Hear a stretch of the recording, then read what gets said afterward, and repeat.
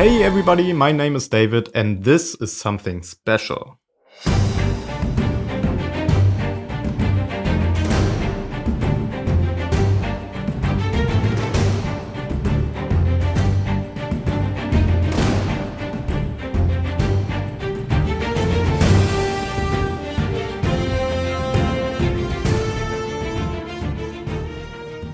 This is the MG-100 StarFortress SF-17 heavy bomber or short resistance bomber designed by the incredible Insert. You may know Insert from the extremely popular Naboo N1 starfighter or the B-Wing in the BrickVault store, but also from all of his other work that he likes to show off on Instagram or Flickr, so make sure to take a look yourself. The vehicle he challenged himself with here is best known for its appearance in Star Wars Episode 8, where it played a vital role in the beginning sequence in showing the fatal losses that the Resistance had to suffer in the war against the First Order. And you may also know the official Lego set that was actually pretty nice. This is basically the Star Wars equivalent of a World War II bomber. It has plenty of features that you see on planes from the time, like the top-mounted turret or the front cockpit design. Its limited maneuverability and need for escort starfighters to guard it was its biggest weakness though, compared to a much more versatile bomber from the Resistance, like the B-Wing or the Y-Wing. This model in particular is the vessel that destroyed one of the Star Destroyers and that Rose's sister Paige served on. This build makes my actually very large review background look like a napkin. I'm not able to film this in its entirety without my studio showing through on the sides and Vader lurking in the background of my shots. That's how big this is. In its full minifigure scale glory, it's 57 centimeters tall, 72 centimeters long and 38 centimeters wide. And to give you a better size reference, here is a praying mantis built out of scrap metal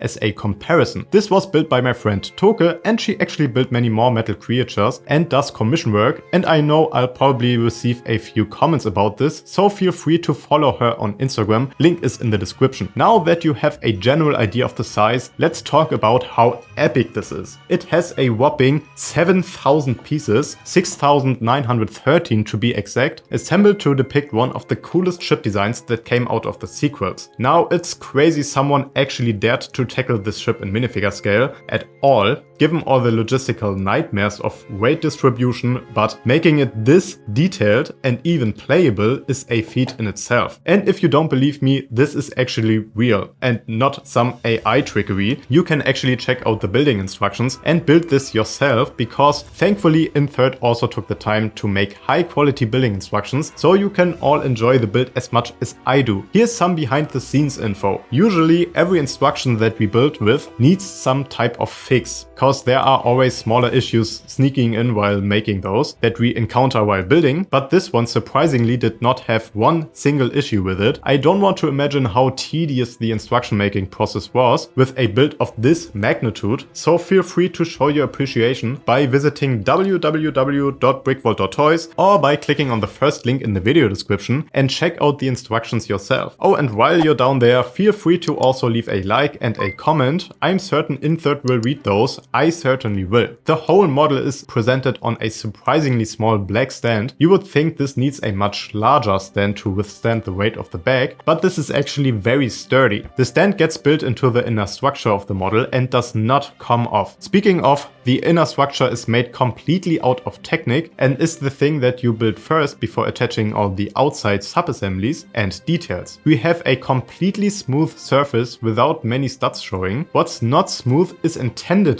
to not be smooth to add details and greebling. I'm trying to capture as many details as possible, but there are so many that it's quite easy to accidentally skip some. The ship is not symmetrical, we have different greebles on both sides and the weathering is completely randomized all throughout. The most interesting sections to look at are the front for sure, with all these different shapes. These greebles are so deeply integrated that it gives these sections so much depth, and like this is all super important for the ship's proper performance. You can definitely get lost in here and find new things with every passing minute. Same for the back, where we have yet again so many pipes and hoses and tanks. We also have back here the 6 ion engines, yet some more greebles and details. It's crazy. We have a couple of antennas up front and a turret in the middle of the ship that can be rotated 360 degrees. At the back we have 2 cannons that move simultaneously, and of course we have 2 gunner positions positions that can be manned with minifigs, one at the bottom of the vessel and one on top. These are able to be positioned in whatever way you like because they are on ball joints, and the minifig has a couple of control levers in there. Now that we shifted away our focus from the outside with these interior spaces for minifigs in the turrets, there's so much going on the inside as well. First off, you can take off the side paneling in two sections. One panel slides up, the other slides down, and you can do that on both sides of the build.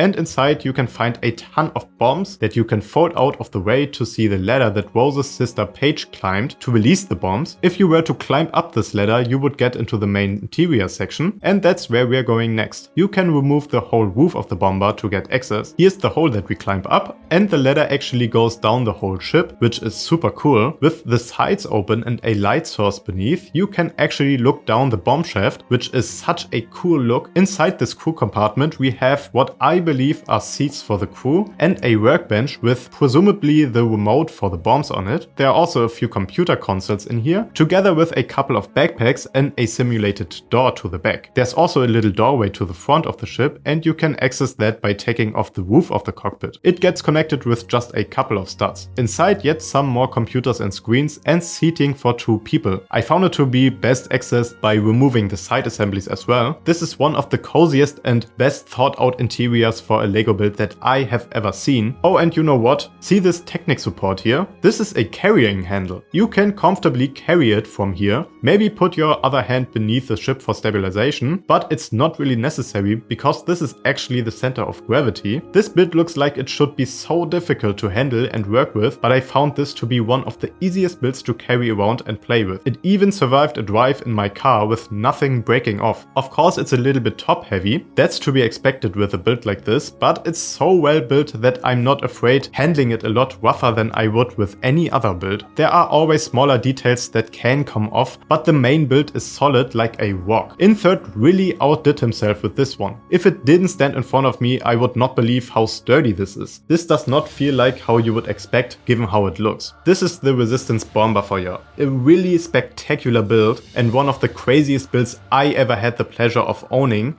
I can 100% recommend this. Completely personal opinion here without having instruction sales on mind. The only downside really is the size and of course the price of the pieces, but I can assure you this is worth every penny. If you want to get this marvel of Lego engineering yourself, visit www.brickvault.toys or click the first link in the video description to support not only us, but also the amazing designers we work with like Insert, and go ahead and have the most fun building the best Lego models out there. If you enjoyed this video, feel free to leave a like and subscribe if you haven't already, and we'll see you next time at BrickVault.